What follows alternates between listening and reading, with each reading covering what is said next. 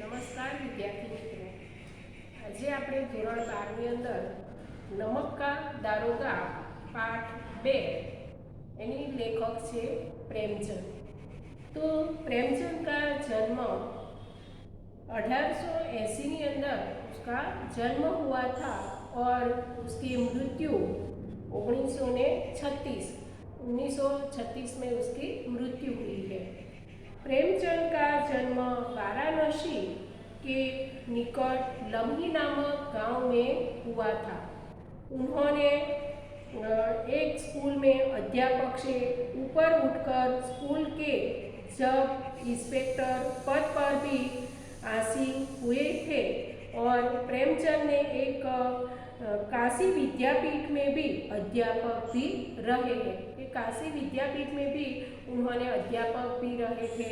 उन्होंने कई साहित्य पत्रों का उन्होंने संपादन भी किया है।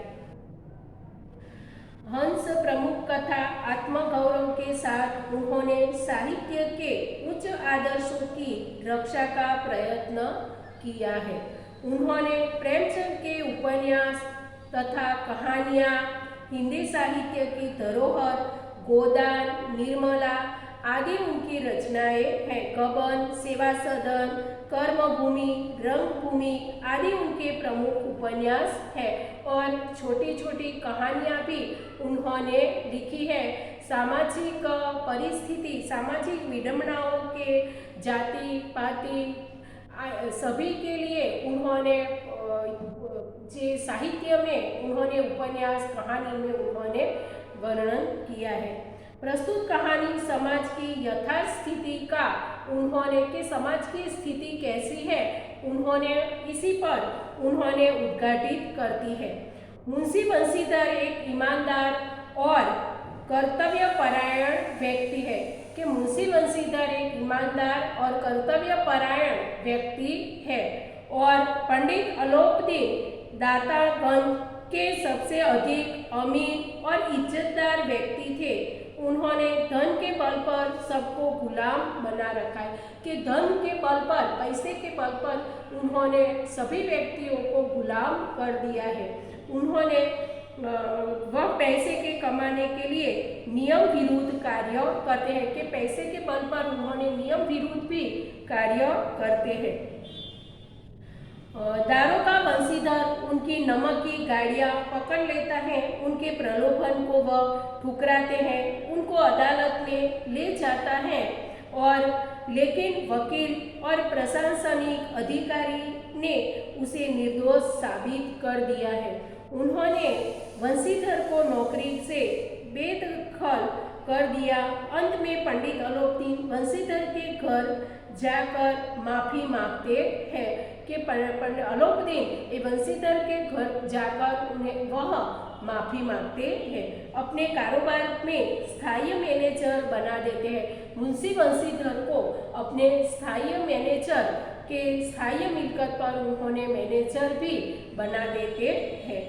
बंसीधर की ईमानदारी और कर्तव्य निष्ठा के आगे वह नतमस्तक हो जाते हैं कि वह नतमस्तक वह ईमानदारी बंसीधर एक ईमानदार थे और अलोपदीन वह एक पैसे के बल पर सभी को गुलाम कर देते हैं। वह पाठ के दो पात्र हैं, मुख्य पात्र पंडित अलोपदीन और बंसीधर। पाठ के सार देखेंगे तो पंडित अलोपदीन नमक का नया विभाग है कि नमक का नया विभाग में मुंशी बंसीधर वह नौकरी पाने की नौकरी की खोज में वह नमक का दारोगा में उन्होंने एक नियुक्त होते हैं। तो प्लाट में उस पर इस समय प्राकृतिक नमक का व्यापार पर उन्होंने अंकुश लगाने के लिए इसीलिए व्यापारी गण चोरी छिपे नमक को वह व्यापार करते हैं कि चोरी छिपी से वह अलोपदीन वह नमक का व्यापार करते हैं। इस विभाग में काम हो रहा था, अधिकारियों की जेब भर रही है, कि अधिकारियों की जेब भर रहे थे। अलोपदीन वह नमक विभाग में वह नौकरी, नमक विभाग का व्यापार कर रहे थे और मुंशी बंसीधर वह उसमें नौकरी कर रहे थे। नमक का एक विभाग, उसमें इस पद पाने के लिए उन्होंने वकीलों तक का जी ललचाया था कि नमक के इस पद पाने के लिए उन्होंने वकीलों, सभी सरकारी अधिकारियों से उन्होंने मन ललचाता है। ऐसी उन्होंने पैसे के बल पर वह खरीद लेते हैं और पैसे के बल पर सभी लोगों को वह गुलाम कर देते हैं। मुंशी बंसीधर वह इस समय मुंशी बंसीधर भी रोजगार पाने के लिए वह नौकरी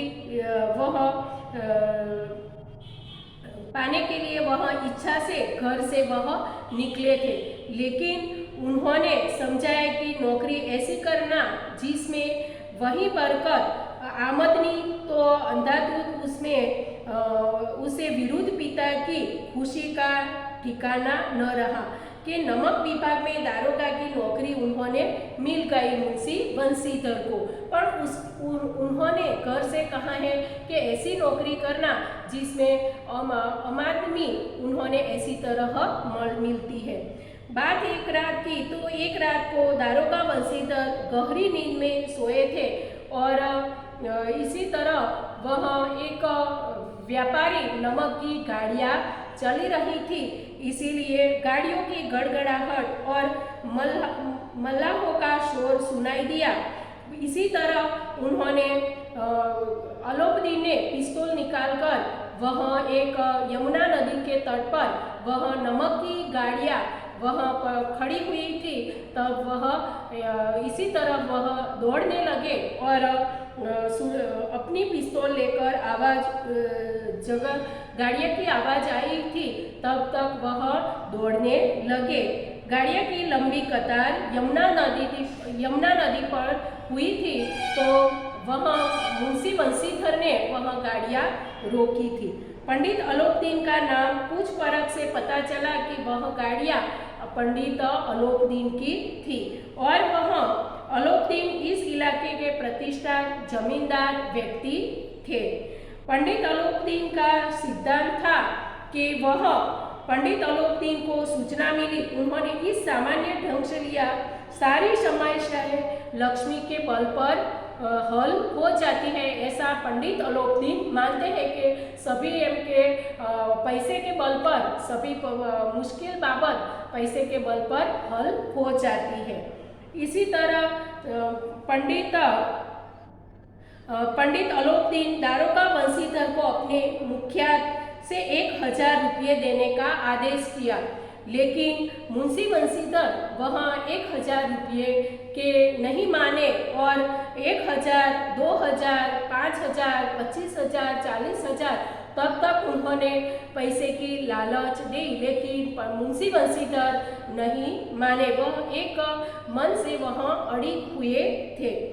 तो बढ़ती रकम पंडित अलोपदीन वहाँ बढ़ते जाते हैं रकम, लेकिन मुंशी बंसीधर उसमें नहीं मानते हैं।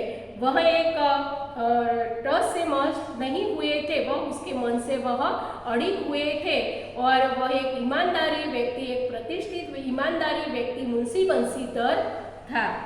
तो अदालत में भी उन्होंने बुलाए जाते हैं, लेकिन उन्होंने वकीलों और सरकारी अधिकारियों से उन्होंने पैसे के बल पर उन्होंने खरीद लिया जाता है, लेकिन उन्होंने मुकदमे में पंडित अलोपदीन के विरुद्ध दिए गए प्रमाण निर्मूल और भ्रमात्मक है। यह बात कल्पना से बाहर है। उन्होंने लाभ के लिए ऐसा दुशासन किया कि उसके लाभ से उन्होंने ऐसा व्यवहार किया है, लेकिन वह पंडित धन के वैर परिणाम, तो धन के लिए उन्होंने सभी व्यक्ति को उन्होंने खरीद लिया है। उन्होंने एक सप्ताह बाद उन्होंने मुजतली का परवाना मिल गया। उन्होंने पिता पछताकर हाथ मलने लगे। वंशीधर की माता की जगन्नाथ और रामेश्वर की यात्रा की कामना मिट्टी में मिल गई है और वह वंशीधर को ईमानदार का इनाम मिला है कि पंडित मुंशी वंशीधर को एक ईमानदार व्यक्ति, एक प्रतिष्ठित उन्होंने एक ऐसा इनाम उन्होंने मिलता है। उन्होंने वह ईमानदार से उन्होंने काम लिया है।